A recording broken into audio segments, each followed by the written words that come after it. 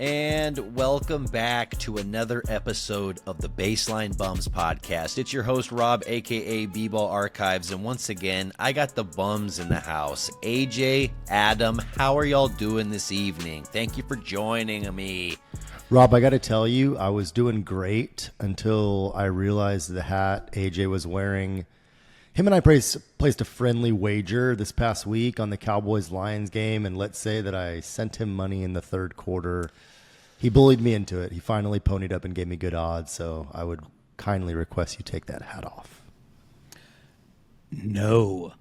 The hat stays in. You gotta love a good friendly Sunday wager. Absolutely. But at the same time, we got a lot of hoops to talk about. It's that time. We got the season right around the corner. But before we get into that, I just want to say, everyone, if you're a fan of hoops, if you're here with us right now, listening to the Baseline Bums podcast, watching us on YouTube, go ahead and drop us a follow, give us a like, give us a comment, engage with us. We want to engage with you. Thank you for being here. Let's get engaged together. We appreciate all you loyal listeners. I know the following is slowly growing on each platform, and we appreciate y'all coming along. We are gearing up towards NBA season. We are less than a week away. We have one preseason game left, and we're excited to start doing more relevant, up-to-date content with you guys. And yeah, we appreciate y'all engage with us. Follow us at the Baseline Bums podcast, Baseline Bums on all platforms. And yeah, we appreciate you guys coming along for the journey. Absolutely. We are here. It's so much fun. There's been so much going on. ESPN's dropping the top 50. We need to talk a little bit about that, but we'll get to that in a minute.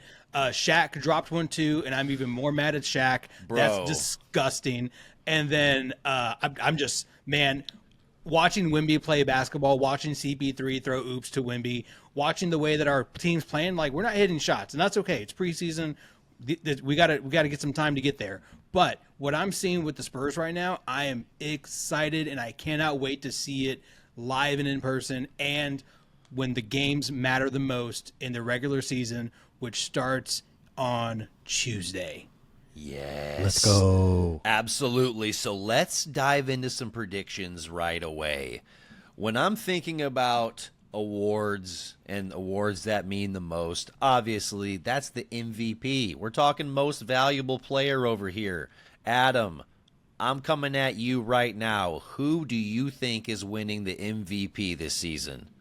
I'm going to put my name on the record and say that Shai Gilgeous-Alexander for the Oklahoma City Thunder is going to be the MVP of the 2024-2025 season. To start with, Oklahoma City has the second highest over-under for wins at 57.5 for this year. I think that if you bet on one team to win the West, that's going to be Oklahoma City, and Shai is going to continue to be the best player on that team. He currently has the second best odds to win MVP behind Luka. I think Luka is plus 375.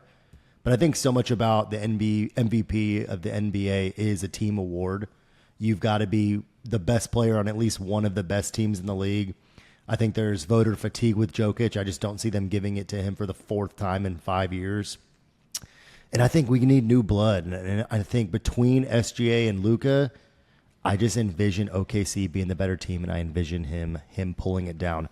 I do want to say a dark horse, though. Somebody who I think will probably finish top 3, top 4, and that's going to be Jalen Brunson. I think New York has a good chance to be the number 2 seed in the East, and I think he's the catalyst of that team. But give me SGA. Tell me otherwise, somebody. No, I mean, I think that makes a lot of sense. I mean, if you look at his last 2 seasons, 30 points per game plus, and it's been insanely efficient. When you look at guards that have had back-to-back 30-point seasons, no one has been as efficient as SGA in recent play. And when you look at the fact that contribution is affecting winning in a major way, I think that you can't ignore that. He should be one of the front runners alongside of Jokic and Luka. And you know what? If Jokic wins 4 out of 5 years, that would be crazy. But yeah, I don't think people want to see that. So I think, it's between Luka, SGA, I think it's a coin toss right now. AJ, what you thinking? Excuse me. Sorry. I mean, for me, I look at SGA and I go, that's Stephen Castle's future. And I go, that's the guy who I think that he could possibly become on both sides of the floor, because this is the same stuff that happened with OKC when Chris Paul went there, and he basically, put SGA under his wing and taught him the ropes, taught him how to be it, and then obviously his talent took off from there.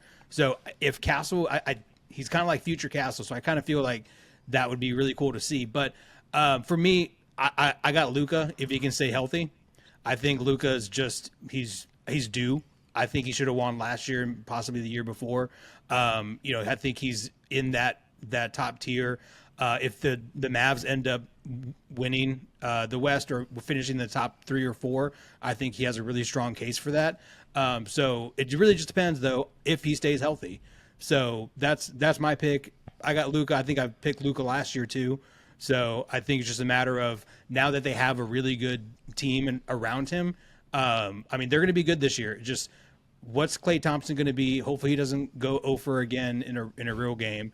And then also they got was it Jamarion Sharp, who's 7'5", he's supposed to be like the Wemby stopper, but he's also I know Trash. Yeah. He weighs less than Wemby did when he got into the NBA, so I'm not even worried about it. But he does have a really good shot blocking ability. So with that, I think it's going to be Luka, but it wouldn't surprise me if SGA wins this hands down, unanimous too. Rob, let me ask you a question. How would you look back at MVPs going back a decade and 2 decades ago if for whatever reason Jokic somehow wins another MVP this year? Do you think it's disrespectful to guys like LeBron, who never won that many consecutively in a 5-year span? Do you think it would taint the award a little bit? I don't know if it would necessarily taint the award a little bit, just because of how Jokic is playing. I don't think it would be that far-fetched if he was to have another season just like the seasons he was previously having. Denver's a top 5 seed in the West. I could easily see him deserving another MVP just because of the counting stats, the efficiency, and the fact that when you take Jokic off the floor, that team is dog water. That team is one of the worst teams in the NBA. If you were to wheel that team out, it would be a G League team like that. Like a lot of that squad. I know, but I'm seriously. If you look at the VORP stats and you look at the plus minus when Jokic is out of the game, it is staggering. Like he is an absolute pillar for that team, and the fact that he was able to will that team to a championship, I think that foundation alone leads me to believe it wouldn't be disrespectful. But at the same time, I think that a lot of guys that like Kobe, like Shaq, like those guys, over the past 25 years, we think about, oh, they only had how many MVPs, and then it feels disrespectful. That's my thing. Jokic has been the best player in the league for the last 4 or 5 years. He could win it every year, and he almost has. But how long was LeBron the best player? When D Rose won that MVP, did anybody really think D Rose was more valuable than LeBron? No, it was just voter fatigue, and I just don't think that they could do that to Jokic. And I think they finally reached the point where they won't give him another one. And I also think Denver is going to take a step back. I think losing KCP after losing Bruce Brown the year before, they're really going to need guys like Christian Braun to step up for them to stay at the tippity top in that super, super stacked Western Conference. Well, don't worry. They got Russell Westbrook. Their problems are solved, right? Russell Westbrook, quote me. Yeah, tag Adam on that one. Don't tag us. Honestly, if he just comes in that second unit and then doesn't try to create too much offense with his own shot and just facilitates, finds the open man, that's all he needs to do. But at the same time, is he going to do that? Probably not. He's probably going to take some bad shots. He's probably going to try to overcreate at times, and it's going to lead to failure. But at the same time, I could see it working in rare instances where Jokic isn't on the court. Well, yeah, if anyone's going to make somebody better, it's going to be Jokic. With his inability to create spacing for other teams, I do think that for the Clippers, at least, he came in and had some type of role of being an energizer bunny off the bench. I have a lot of respect for Russ. I'm a better jump shooter than he is. And it's disappointing that it's disappointing that he's jumped around to so many teams. But Hall of Fame career. Well- we don't need to spend a lot of well- time talking about Russ. Sorry that we're Well, throwing him hate. Well, with regards to Jokic, I think also, yeah, it's voter fatigue, but also like in today's NBA, he dictates how like the game is played. Pause. It's not he's not trying to become like, I'm going to become the 3-point shooter, I'm going to run up the court. They're playing to his speed. And that's really interesting to watch whenever you're watching them play like a team that grabs the ball out of the rim and they're on the other side within a second. So it's really interesting to watch how he plays in today's NBA. But he'll finish in like the top 5, but I don't think he'll. It's really interesting that you say that. You could say that about all 3 of the favorites to win MVP this year. You could say that about Luka. He doesn't play fast, but he controls the pace of the game incredibly well. And SGA does a lot of that too. His change of pace is insane, but he doesn't play at a super quick pace all the time. So, I mean, that's one of the biggest things about basketball is being able to control the pace, make the defense adjust to how you play. But yeah, I think SGA and Luka are certainly the 2 favorites coming into this year. If the voters are saying, "Hey, Jokic just won enough, let's give it to somebody else." Yeah, But I'm also putting money on Wemby. Hey. I mean, he's got an outside chance. I was saying that he's going to be in very loose MVP conversations, but at the same time, the Spurs aren't going to be good enough for those to be real MVP conversations. Or will they? But if we want to continue with some Wemby conversation at the same time, Wemvp, I like that. But at the same time, we could bring up Depoy. Who do we think's going to win Depoy this year? 1, 2, 3. Wemby. I was trying to get a little throwback to our awards prediction a couple of years ago, but that didn't work out as planned. It's got to be Wemby. Yeah, that was my fault. It's got to be Wemby, No. right? You should have won it Has to. last year. He should have won it. I mean, I think the numbers speak for themselves. Like if he averages 5 blocks a game, I don't think you cannot do it. And what's crazy too is I don't know if you guys got to watch some of these preseason games, is because we have, in my opinion, better perimeter defenders now. Like guys that are older, like Keldon Johnson looks like a menace on the perimeter now. Castle looks amazing playing defense, and now Wemby's able to kind of be in the background and also get steals. And he was getting steals last year, but seeing preseason the way that they're trying to run pick and rolls and the forward or the center has it over their head, Wemby just picks that off and goes the other way. That's how he got that alley-oop to Jeremy Sohan. So it has to be Wemby, right? Well, I mean, he's Yeah. a minus 180 favorite. I think that you look at any award, he's like the only guy that has minus odds to win the award. And like I said earlier, he should have won it last year. I think the only reason he didn't, after averaging 3.6 blocks and 1.2 steals a game, is just because the Spurs were so bad as a team. But if you look at his defense, like the Spurs' overall defensive rating with him off versus being on the court, it was night and day. We became one of the, at least, I think, top half to top third of defensive teams with him in there. And I think we were dead last with him off the court. So, I mean, look at it. Like Rudy Gobert, you watch how he got in the playoffs. He didn't even guard Jokic. He was the third option to defend Jokic, and they gave him the award over Wemby. Like, I don't think there's anybody close. I looked at the odds, and I think Anthony Davis was second. He could very easily only play 50 to 60 games, and then Gobert was third, and I think he's cooked. So I don't know. I feel like this is obvious, right? Anything else for y'all to add? I mean, not really. I don't see why Wemby doesn't rattle off at least 3, 4, 5 depoys in a row. I don't really see any opposition in the near future. All the guys you just named, they're getting older. I don't see their defense getting any better. And, guys like Triple J, there's good rim protectors in the NBA. I don't want to belittle everyone else, but Wemby is just, his level of rim protection is just a step above of what anyone else can muster. And Dude, guards his don't rim- win this award either. His No. rim protection is to the 3-point line. Like that's wild to think about. He's making guys who think they have a wide open shot just throw up rainbows. Like if you got to watch the Miami game, Tyler Hero had to chunk one like so far in the air, like he bricked it. But I mean, Wemby definitely dictated that shot. It was great. It was, I mean, the way that he's able to do everything from be under the rim to be on the perimeter. I mean, it's gonna be fun to watch. And now, keep in mind, he had a minutes restriction at the beginning of the season that really hurt his numbers. So after he got off that minute restriction, that's when the floodgates opened, and that last month was exactly what we saw in the Olympics. And what I saw in the Olympics tells me he's winning all the awards, all of them. He's getting all of them. Well, I'm excited to talk about another award in the near future here in a little bit that Wemby's also a favorite to win. But yeah, I think it's got to be Wemby. Best betting favorite of any of the preseason award predictions. Absolutely. Well, let's keep the gravy train rolling to our next award. Choo-choo. And I'm going to be bringing up Rookie of the Year. AJ, who are you feeling? Who are you feeling strong about for Rookie of the Year? He's going to do it.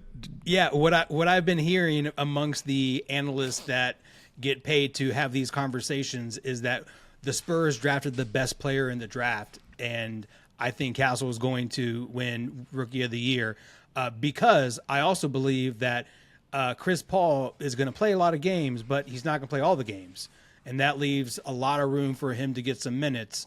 And if he averages, let's say, 12 points, 6 rebounds, and like maybe 2 or 3 steals, I mean, that's a good rookie season on a team with the Spurs. So now, is he going to get that chance? I don't know. I would hope that Pop throws him in there. I mean, he's a fourth pick, so he has to play. Well, I think we're going to need his defense. Go ahead, Rob. Yeah, I was about to say, we're going to find any chance to get him more minutes. So if it's a Chris Paul injury or if it's just playing him in some kind of off-ball role where it's not ideal, but you're trying to get his defense out there. And so I could see him, just carving out a meaningful role, even though it may not look traditional. Well, I mean, right out of the gate, Vassell's projected to miss the first 5 or 6 games of the season, right?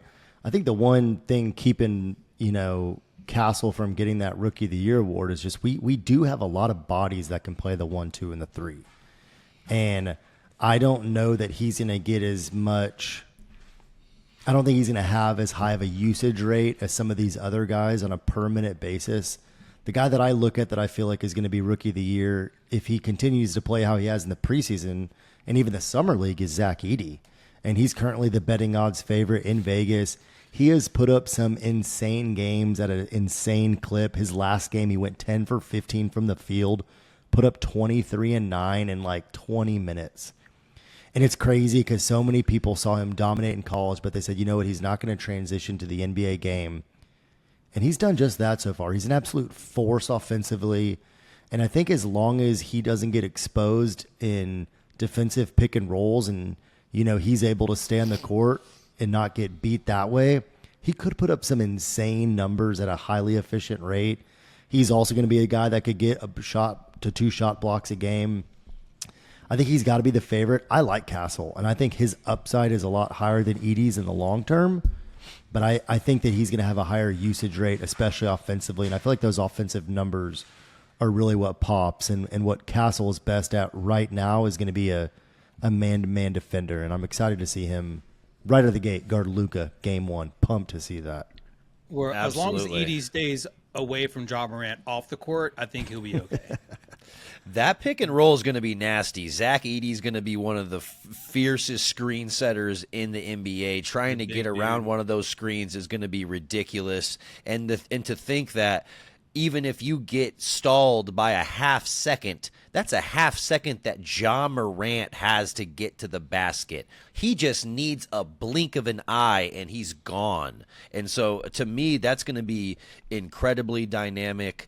I'm really excited to see what Memphis does. I have them finishing pretty high in the West, but we're going to get to that later. Especially, imagine that pick and roll whenever you have a guy like Desmond Bane being able to make so that your backside defender can't help. Like, you can't help off of him. So I think that Grizzlies team is going to be insane. I think Zach Edey is going to play great. I think there's a chance he runs away with it. I did put Castle as second favorite. That might be a little bit of homerism, but I like what I've seen with him. I went to our preseason game not long ago, and his willingness to get downhill, attack the basket, and get fouled is impressive. And he made some really, really nice plays on Paolo we immediately put him on Franz, and Franz couldn't get going the whole game. I mean, I love the fact that we at least have a guy that's in that discussion. Yeah, that he could guard 2, 3, and then some 4s that play out on the wing and don't really go down low very much. Like he's a very versatile defender. We're lucky with where we got him. But yeah, I think that wraps up a good Rookie of the Year. Yeah, let's keep it moving. Most Improved Player.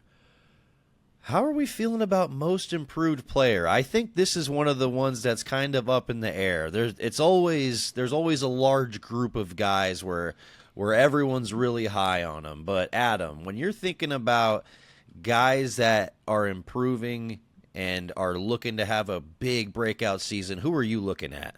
I wrote down Wemby's name, but I'm partially wondering if he'll get penalized because of how well he kind of finished his rookie year. If I don't go with Wemby, who again is actually the betting favorite to win the award, a guy that I like who, is maybe 6, 7 guys down on the list is Brandon Pajemski. I think that did you have him too? Yes. Yeah, I think he's gonna win. I really do. Clay's minutes are gone. Somebody's gonna need to step up there and really pick up that slack that he's gonna be leaving. He averaged like 9, 5.5, and 3.5 last year. I think his minutes are gonna skyrocket. I think it's very feasible to see him averaging like 16, 7, and 6 with a well-rounded line. And I think another guy in that team, Jonathan Kuminga, could have a really big year. But I think that the statistical jump we're going to see out of Pods is going to be a little bit bigger. Because I have a tough time going to a guy like Wemby who already dominated. I know his stats are going to be better, but how much better are they really going to be in the second year? I'm hoping a lot better, but I don't know. What if it is a lot better? Yeah, I mean, if Wemby comes out and averages 28, 29, and 13 and leads the league in blocks per game, it's like, all right, that's and then his efficiency improves and less turnovers, all that stuff. I would be like, oh wow, he's really made a case. He took a really strong season and then improved upon that. But at the same time, I think where he started was just so high that it's like that award is almost always designed to go to somebody else who had a pretty mid, almost lackluster season previously. And not to say that a guy like Pajemski had a lackluster season. He actually had a better rookie season than most people thought he was going to have. Sure. And I think that's why we're talking about him now. But at the same time, I just think that Wemby is already looked at as a top guy in the NBA. So it would be, I don't know. I don't know. I think it's just going to be tough to give him that award. Are there any other names that y'all wrote down? I wrote down Jalen Williams. I think it's going to be hard for him to continue to carve out like a meaningful role with so many mouths to feed in that offense. But if you're looking at just strictly based off the fact that third year guys, they tend to walk away with that award more often than not. I see his progression, really taking a step forward. He was a potential favorite to win it last year. I have a name that nobody likes to talk about, but Josh Giddey, no Diddy, is going to have a lot bigger role in Chicago this year. I think that he's already looked better in the little amount of time that we've gotten to see him play there. I think that his confidence really got hurt in Oklahoma City, and they didn't really need him that much. But I think that he's going to have a lot bigger role. I think statistically he could have a pretty eye-popping year, coming off of a year where he was down a little bit. So, yeah, good old P. Giddy. Oh, man. Join us on our Patreon where we talk about today's awesome pop culture references. Josh Giddey, no Diddy. Yeah. Okay, about I have an award that I want to talk about that I'm excited to discuss, and that's the one that we haven't brought up yet, which is the Sixth Man of the Year award. Rob, who are we thinking for Sixth Man of the Year? Well, right out of the gate, one of the first guys that came to mind was Well, I mean, obviously, guy who won it last year, Nas Reed. I think that now that Karl Anthony Towns is out the door, you have Julius Randle, a guy that is far less stable within your offense. I think that Nas Reed is definitely going to have to contribute even more now that there's some question marks as to who that second option is on offense.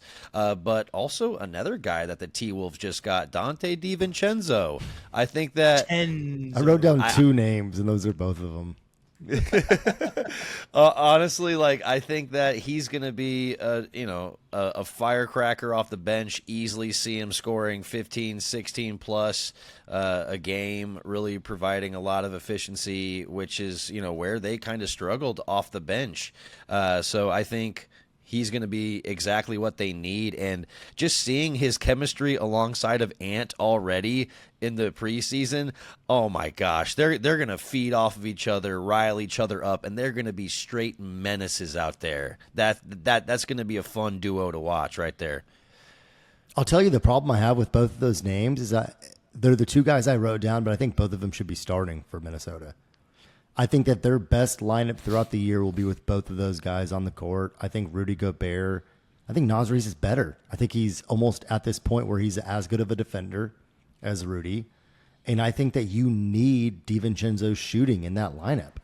That was one thing that they struggled with last year. Another guy that can create his own shot.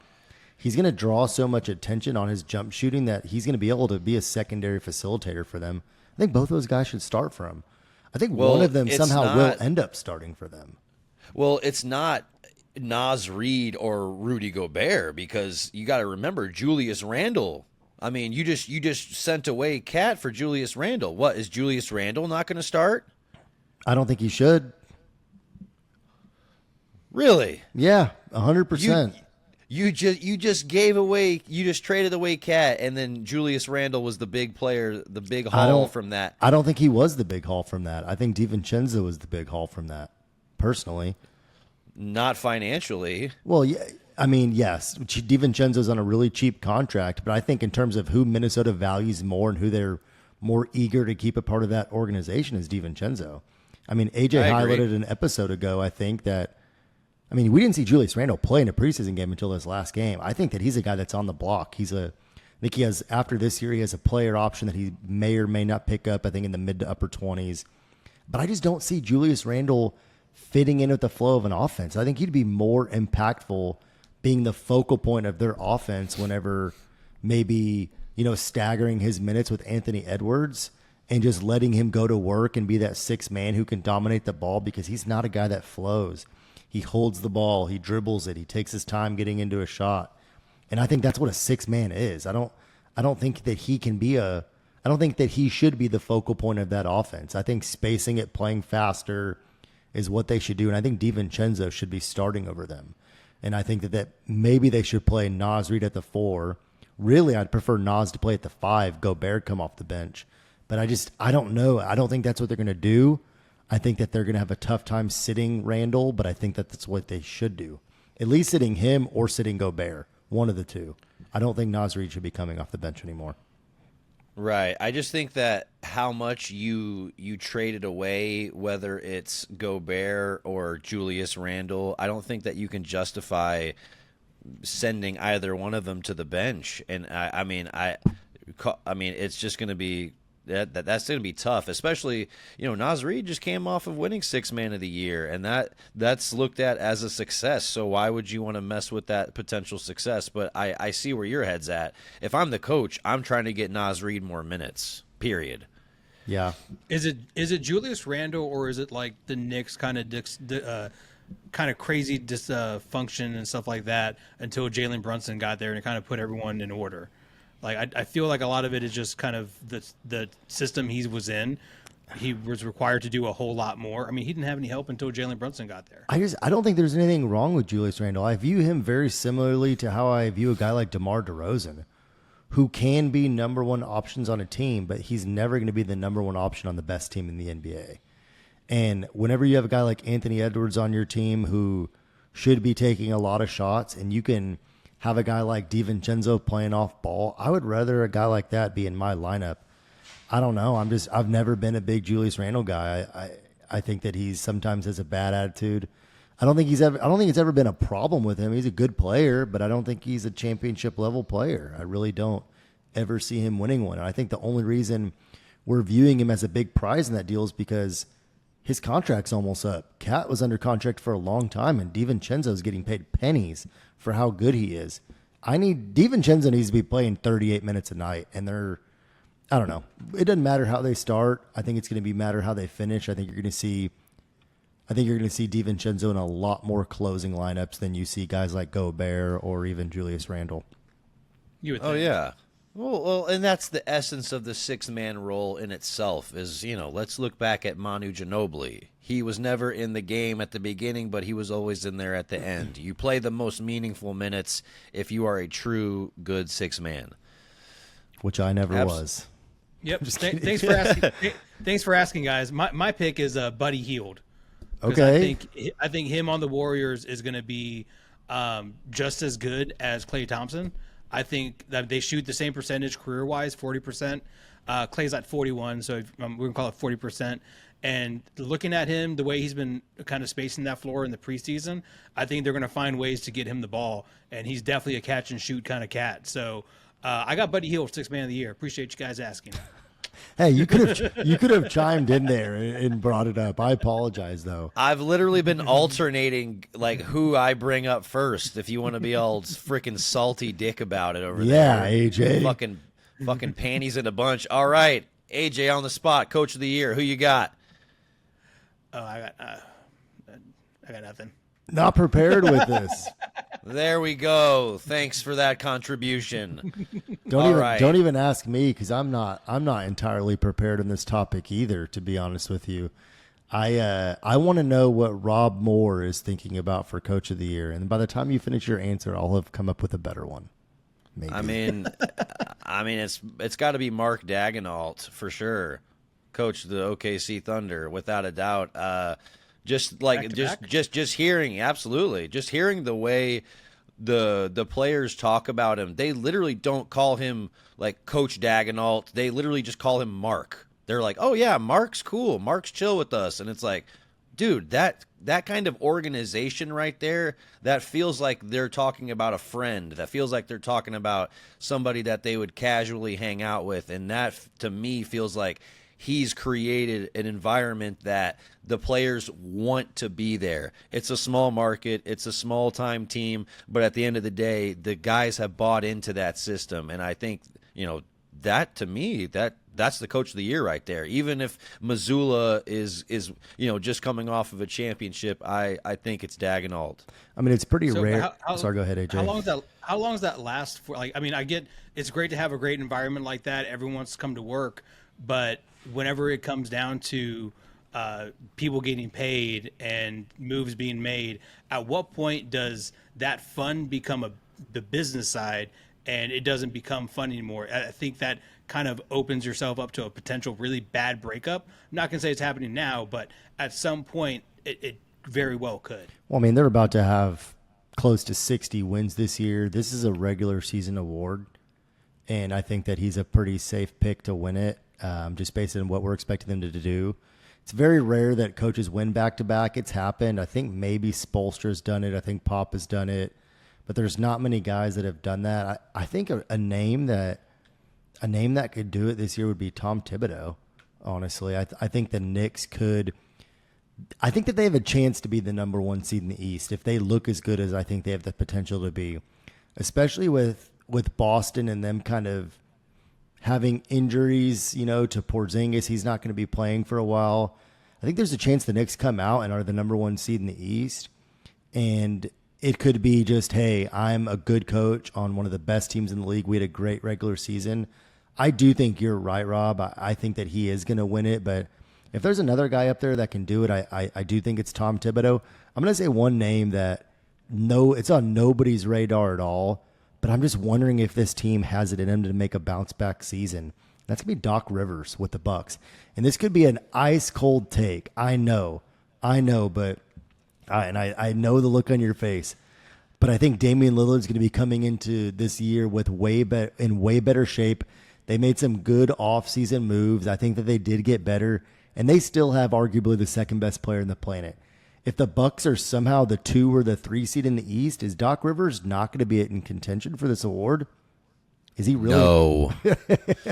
I disagree. I think Doc Rivers could be in the hunt for this award if they end up the 2 seed, and I think that that's possible this year. I mean, I think the Bucks are definitely going to be better than last year.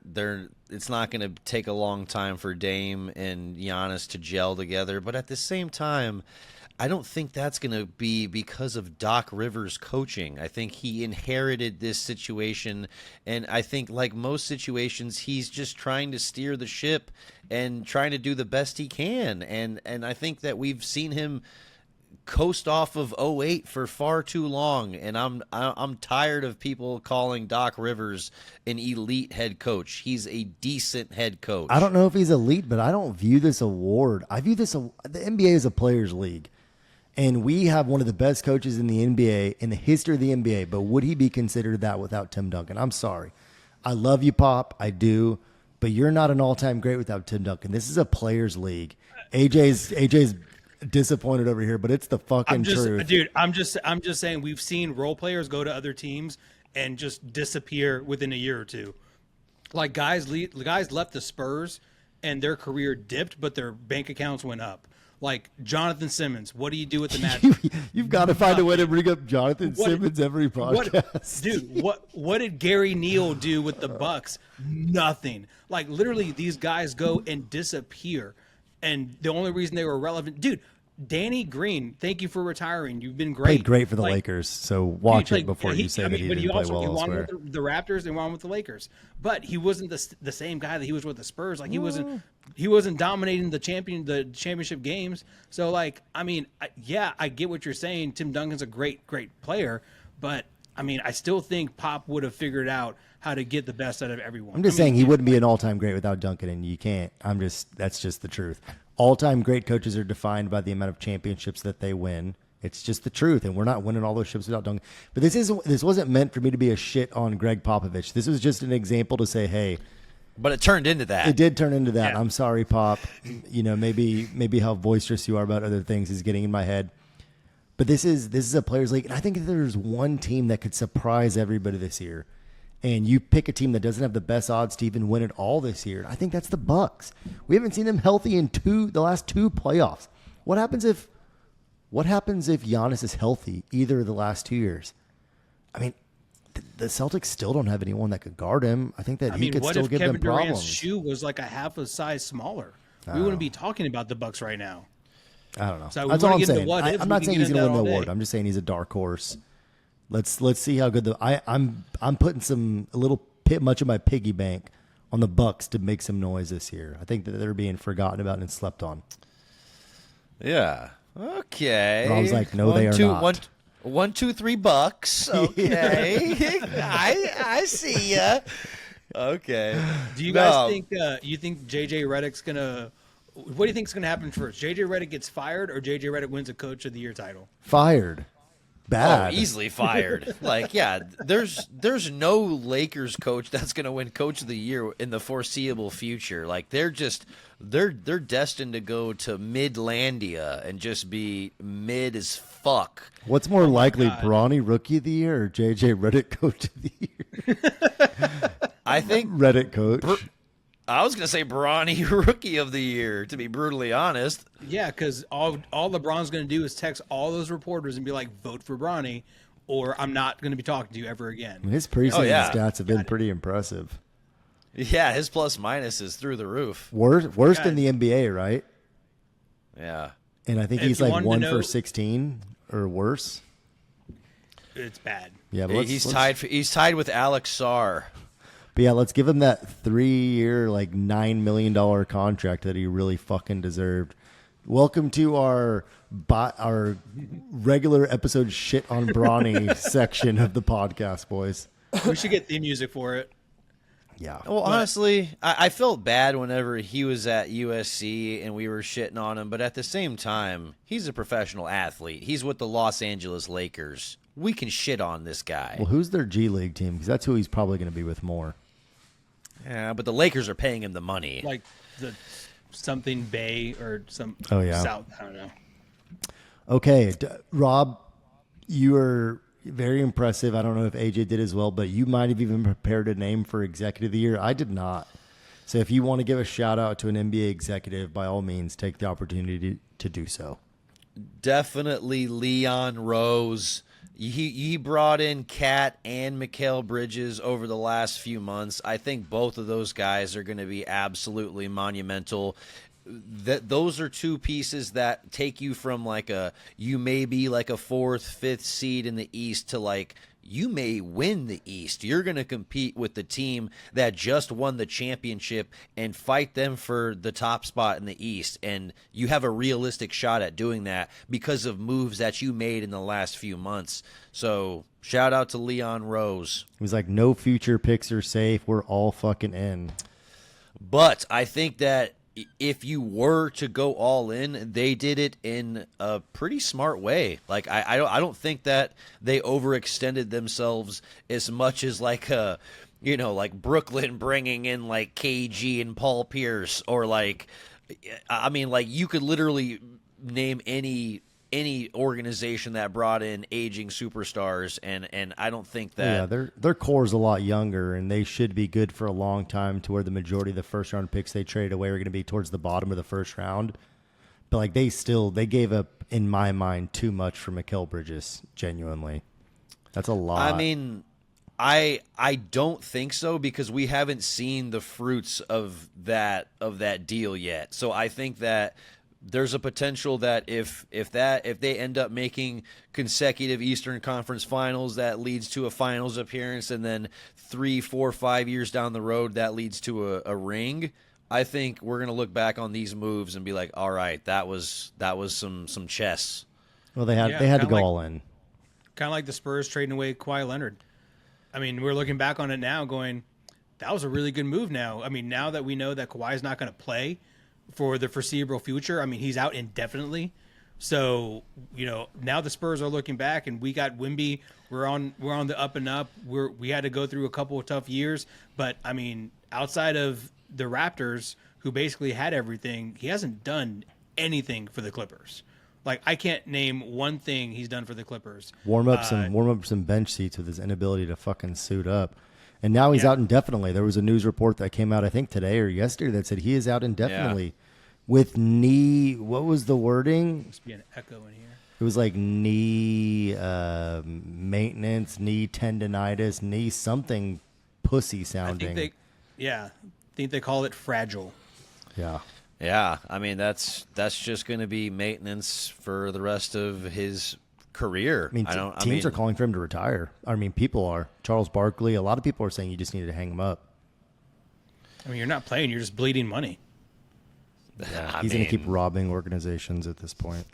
Yeah, I mean, I would do the same thing. I mean, I'm trying to get a bag too, so I could see why he's doing it. But at the same time, if I'm a GM, am I going to bring Kawhi? Am I going to leverage my future to bring him on board? Hell no. No. Good job you got for getting out, PG. Good timing to get out of there.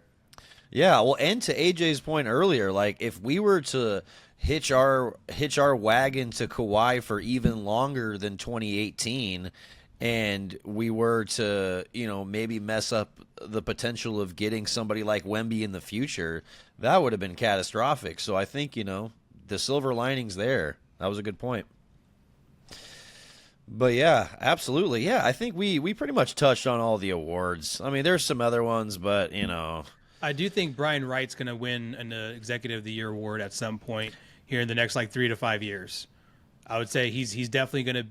I feel that we're gearing up to something big, to where we'll make a huge splash either this next offseason with a bunch of free agents, or we'll do something with a trade that for a disgruntled superstar, because we have all these picks now. Or we just keep piling picks, and then whenever we're in the 5th, 6th seed in the playoffs here in the next few years, God willing, that we use those picks to become even better, like get some guy that fell to us, similar to the Kawhi situation at 15 or so. I mean, he had a great offseason, subtly. right? Bringing in CP3 on an inexpensive contract, being able to absorb Harrison Barnes, getting a pick swap out of it, drafting Stephon Castle at that spot. There's more to it. Even that Dillingham trade, that freed up our ability to get CP3, which then allowed us to get another pick swap out of it. I think that he did a lot this offseason that, he said, hey, we're going to get better. We're going to try and win more games this year.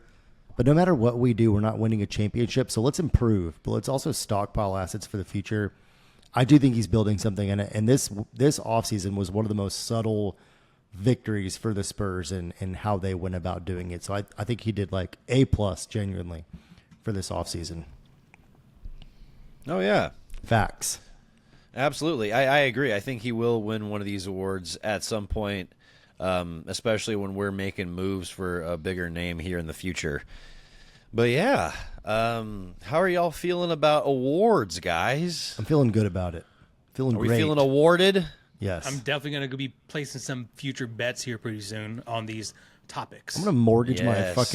I'm going to literally put my entire mortgage on Wemby for Depoy and just pray for no injuries. I'm knocking on wood over there, boys, since I'm throwing it out there in the ether. So we've discussed all the awards. I think, we'd be remiss if we didn't go through just projections for, 1 through 8 seed. Where do we see some of these teams stacking up? And I think we should start with the Western Conference. AJ, who do you have as, let's say, your 1 and number 2 seed for this upcoming season? I got OKC and I got the Mavs. I think that's pretty standard. I think the Mavs are going to win a bunch of games. I think Oklahoma City's going to win a bunch of games, and I think they're both probably going to be. I think OKC will probably win 63 games, give or take, and then I think Dallas will win about probably like 58, 57 if everyone stays healthy. Now, if someone goes down, I have the right to change my mind midway through the season. But No, you do not. You do not As have they the stand ability right to do now, those are my top 2. You told me that I wasn't allowed to change my mind on the Cowboys. So you absolutely fucking cannot change this. Yeah, but I said it as I was saying it, so it was okay. Uh-huh. You walked back on your words. There's a difference. Okay, so I have OKC as the 1. I already know Rob just because I've known him for no time. I know he has OKC as the 1 too. I have the Wolves as the 2 seed this year. I do as well. I have the Nuggets 3rd. And you know what? I'm going to make a switch on the fly, and I'm going to put the Grizzlies at the 4 seed above the Mavs at number 5. I think the Grizzlies are poised to have a great regular season. You're copying my list, bro. God damn. Is that exactly what you have? That's literally exactly what I have. I mean, I think the Fucking Grizzlies asshole. are fucking loaded. A healthy Ja, a healthy Desmond Bane, a Marcus Smart, who's one of the best perimeter defenders in the league still, a healthy JJJ, a Rookie of the Year favorite in Zach Edey. And they've got some nice guys off the bench, too. I think they're a team that's primed. They were the number 2 seed in the West 2 years ago. They lose Ja and their entire season falls apart. I think that they're a big rebound candidate. And I think the Mavs, obviously they just made it to the Western Conference Finals, and I don't blame you, AJ, for having them number 2 at all. But I just think that they got hot at the right time. I don't think that we're ever going to see them go back to what they were. And as good as I think they are, I just don't see them repeating what they did. And I don't think they are going to have the same type of success on a night-to-night basis. I think that they're potentially going to struggle with injuries more than others. Clay never seems to play a full season. I don't know. I'm make me believe it for the second time with Dallas. Yeah, and that's kind of why I have Dallas coming in at 5, finishing at 5th in the West, is just because I'm not seeing enough improvement on defense. If Clay, Luka, and Kyrie are out there at the same time, that is horrible defense. That is literally some of the worst on-ball defense you could present to an offense. That is just a buffet to some of the Western Conference teams. And so when I'm looking at it like that, it's they're going to need to see massive improvements from Lively in year 2, and Gafford's going to have to protect the rim like he's never had before if they're going to really get back to where they were last year. But I still think that they're going to be a strong team in the West. They're going to be a team that's going to give OKC T-Wolves a run for their money some nights. So I think that 5 makes sense. So we And I got literally have the King- same top 5? Yeah, because you switched yours and it became mine. Wait, AJ, who do you have at 3 through 5? At 3, I have the Timberwolves. Okay. 4? And then 4, I have the Grizzlies. And then 5, I have the Nuggets. Okay. I think the Okay. Nuggets take a little bit of a backseat this year. I have the Pelicans at 6. I think Rob was about to say you had Sacramento at 6. I do have Sacramento at 6. AJ, who you got coming in at 6 and 7? Sacramento and Pelicans. Okay. And then 8, I do have the Spurs at 8. Just heads up. Oh, But I that's love that's it. what that's us making the play in and then winning the games in order to get to the 8th spot. Okay. I have the Pelicans at 6, the Suns at 7, and the Kings at 8. I don't think DeMar DeRozan comes in and makes them much better, personally. For the same reason I was kind of dogging on Randall earlier. I love DeRozan. He brings it on a night-to-night basis, but I don't think that his style of play is going to really raise the bar for wins that much there. I still have them at number 8. I think the Suns have got to improve. I think they've got to get better. I think bringing in Tyus Jones is going to help them. I think that they're going to potentially have better health this year. For me to somehow say Bradley Beal is going to stay more healthy, but he can't be more hurt than last year. So I think the Suns stay at number 7, and Zion looks to be in shape. I feel like a broken record with how much this is brought up, but Zion looks good. New Orleans is deep. I think that they have a chance to do pretty well again this year. yeah. I mean, I think the Pelicans are going to be a sneaky team. I feel like I've been saying that for a couple years, and that hasn't come to fruition. But maybe this will be the year. I mean, they won a lot of God games damn. last year. Bless you. Who do y'all have? They did. Who do y'all have finishing out the top 10? I have the Lakers at 9 and the Spurs at 10.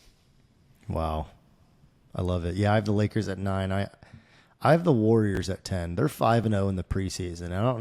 I don't know how much we want to put into that. I want to be wrong, boys. I want the Spurs to be there. It's tough because our win total is projected to be at 35.5, and Vegas isn't wrong very often. And we were projected 28.5 or 27.5 wins last year, and we won 22.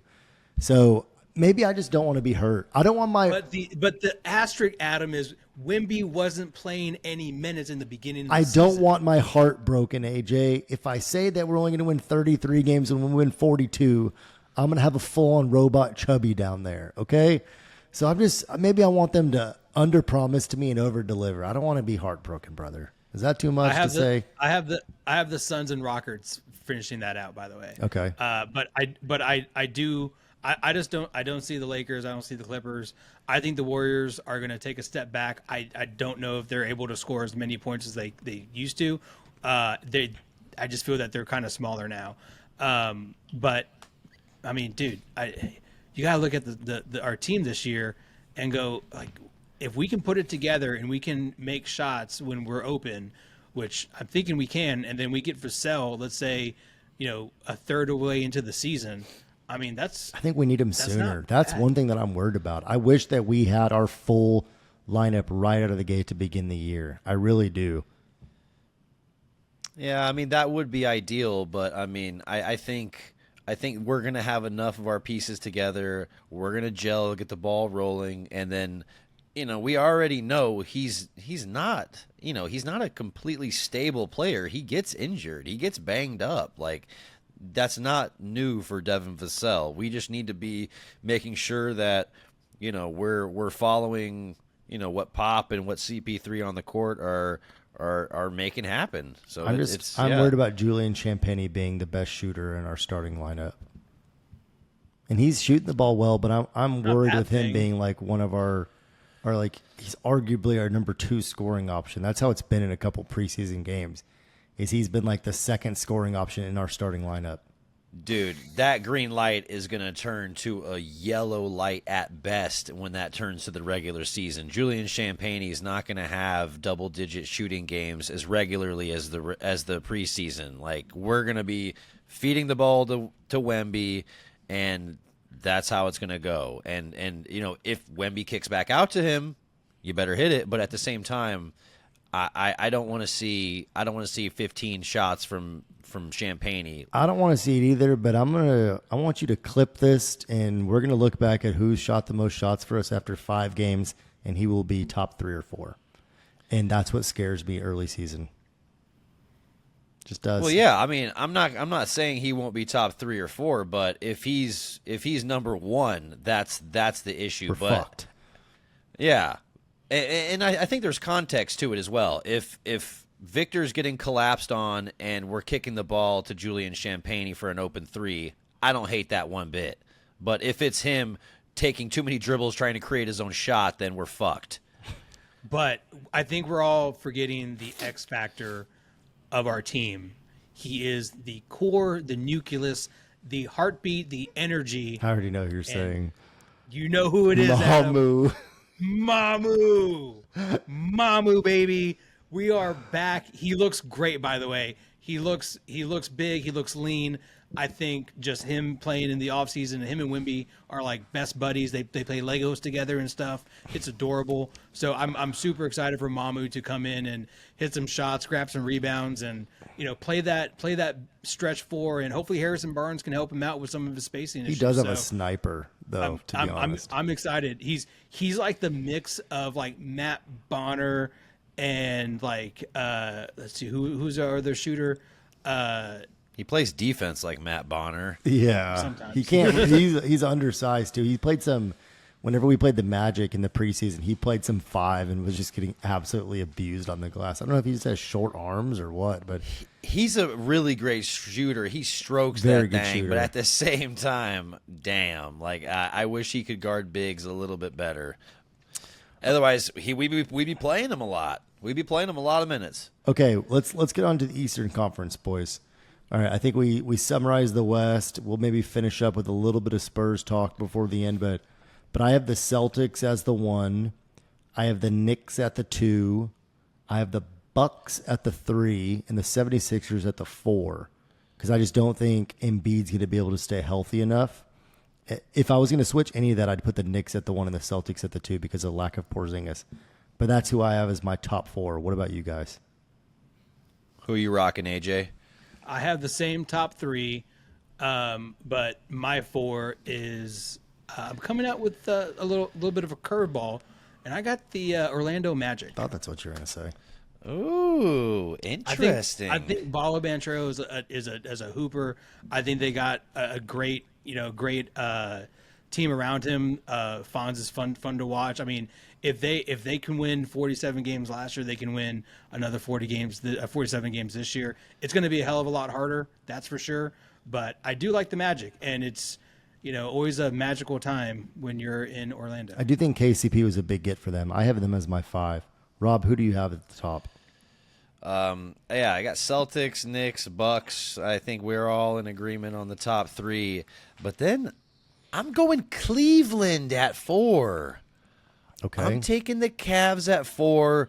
I think they're going to be healthier than last year. I think that they honestly didn't have Garland and Mitchell together for a sizable chunk, and I just feel like they're never really able to get chemistry. And so the fact that they're both healthy going into this season, I think that they're gonna be a force to be reckoned with. I don't think that they're ever going to be truly a strong contender, but if they can have Jarrett Allen stay healthy as well, that's another huge part. They got to have his rim protection.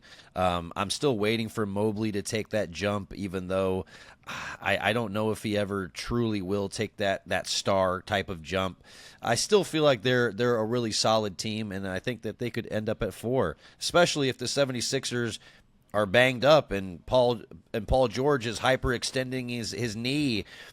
And shit like that, like I don't believe in the Sixers at all. They look way too injury prone for me to think they're going to finish top 5. It's fair. Yeah. I don't completely disagree with that. I mean, the Cavs have always had a ton of talent, so it would not shock me in the least. They're a good regular season team. I don't see them ever making it out of the East. I had the Cavs coming in at 6. I had the Pacers at 7. I had the Heat at 8. And then after that, it's an absolute crapshoot. The rest of the East is absolute dog shit after that, to the point that 7 of the bottom 10 teams for projected win totals come out of the East. That's what makes the West so tough, is the East is so bad once you get past really that top 7, 8 teams. They're terrible. Oh yeah, like the Bulls, Wizards, Pistons, Nets, like that. Like those are the bottom feeders right there. You didn't even say the that's Pistons, or did you say the Pistons? I said the Pistons. Okay. Yeah. There's more though. Toronto, Bulls, Wizards. Yeah, Bulls, Wizards, Pistons, Nets. I feel like, well, Toronto, I feel like they're a little bit a tier above the Wizards and the Nets and the Pistons. I literally think the Nets could win like 12 games this year. Yeah. Like They might. They might. The Nets could literally just like if they won 15 games, wouldn't surprise me. they're going to be bad, very bad. Cooper Flag in a Nets uniform. Yeah. Spurs uniform. Please God. We're not taking. I do we're not. taking- I want Cooper Flag, but I don't want to be in that position to where, unless we're like the Hawks, where we have like the 8th or 9th best odds and we get him. But if we're somehow bottom 3 or 4 in the NBA, I'm going to be fucking depressed. It'd be Yeah, bad news, that's- Bears. That's going to be rough. How did y'all have That is- the East finished they went out? real- do y'all real have bad. do y'all have the same like 8-7-6? I have Pacers at 5, 76ers at 6. I have Magic at 7, Heat 8. And then I honestly the rest is kind of up in the air. I got like Hawks, Raptors, Hornets, Bulls, Wizards, Pistons, Nets, just trash. Can we all sit here and say a prayer that somehow the Charlotte Hornets make the play-in and like win 2 consecutive games? Is that like, with how bad the bottom is there an outside chance that they're the 10th best team in the East and they go on a fucking weird run and we somehow get their pick? They're going to tank if they get in that position. Like LaMelo's coming up sick, right? Because we get their pick if they somehow make the playoffs. Yeah. It's not crazy to think about, but the East is so bad. I mean, the East hasn't been this bad in a while. I would say probably since LeBron James was with the Cavaliers and the Heat. So, it's been rough to watch.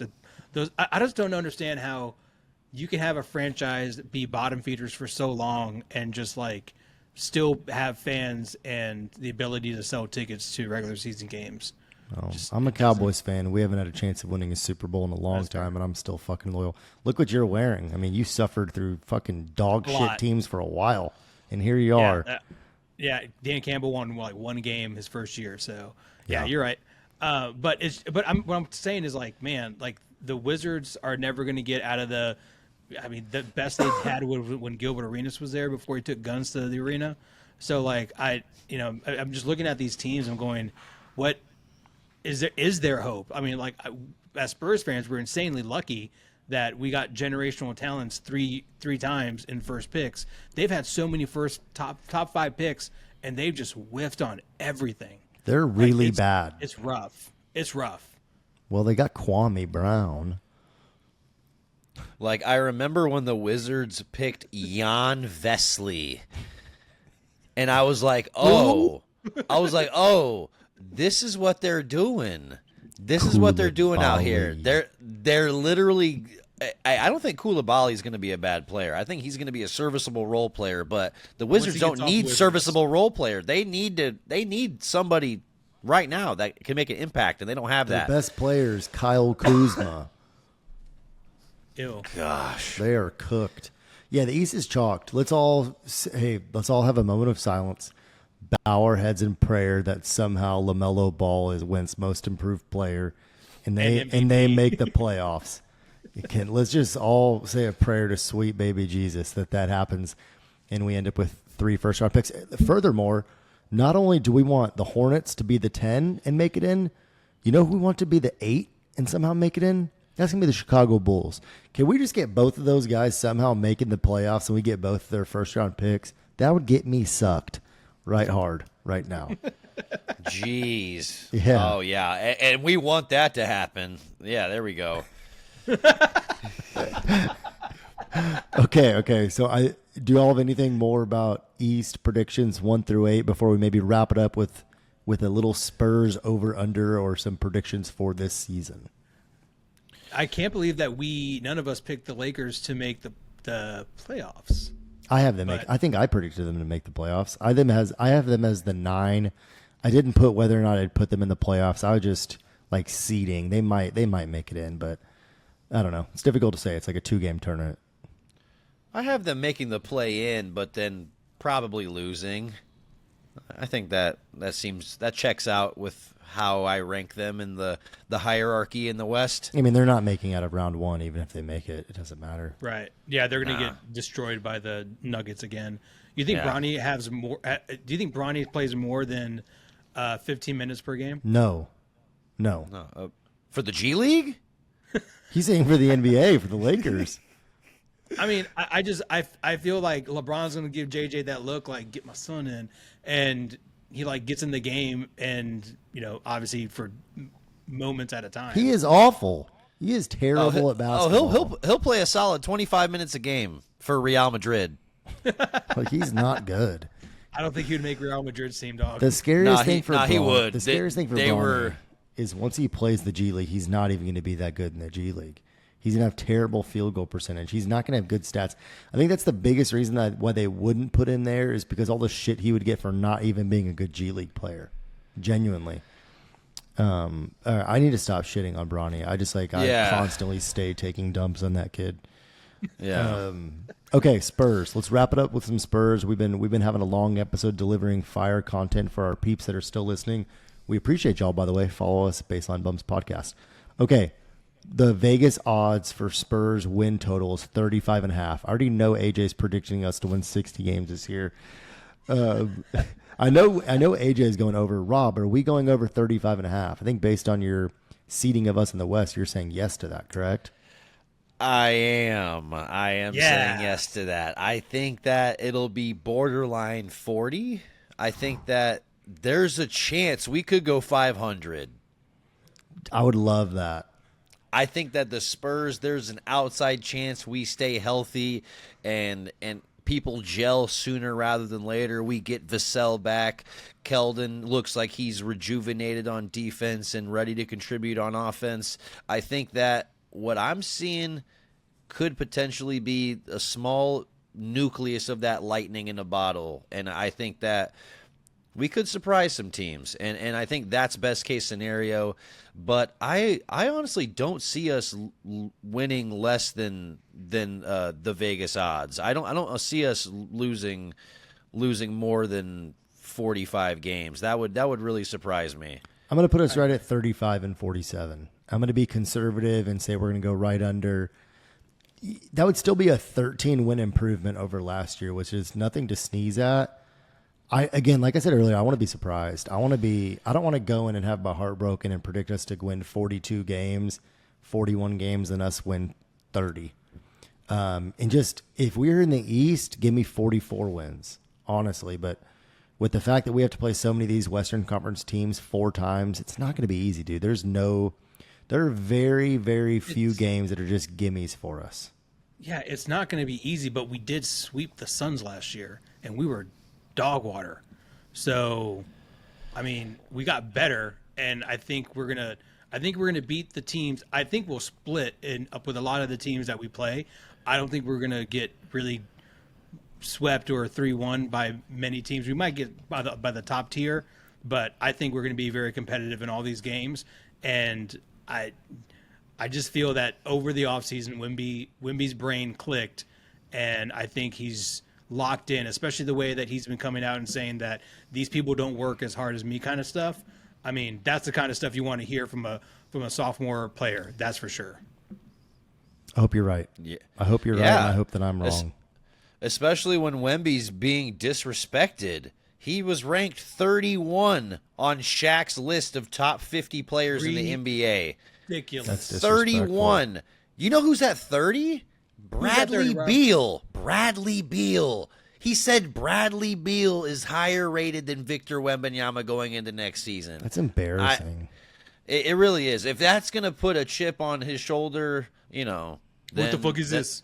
Yeah, then I'm all for it.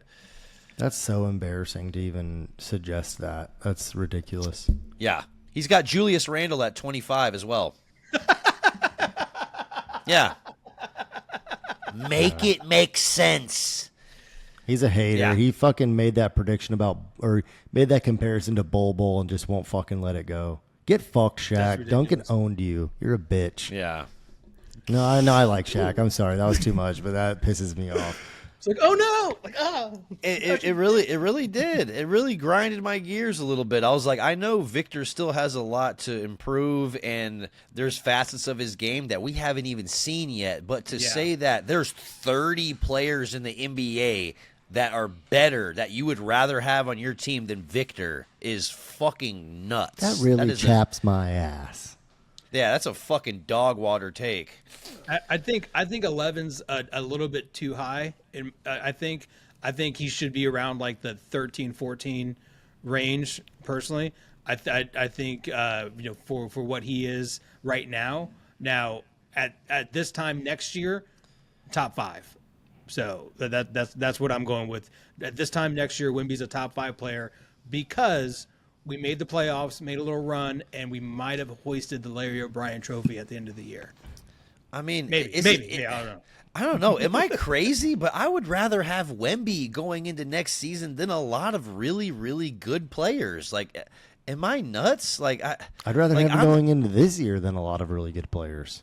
Well, that's what I'm saying. Is like, oh my gosh, am I about to say like I'd rather have Wemby going in the next season than Jason Tatum? Dude, that's the one name I swear to God I was thinking that you were going to say. I was like, I think I'd rather have him than Tatum. I really would. We're talking about a first-team All-NBA guy, and we would rather have Wemby than him. All right, let me give you some names. Jalen Brunson.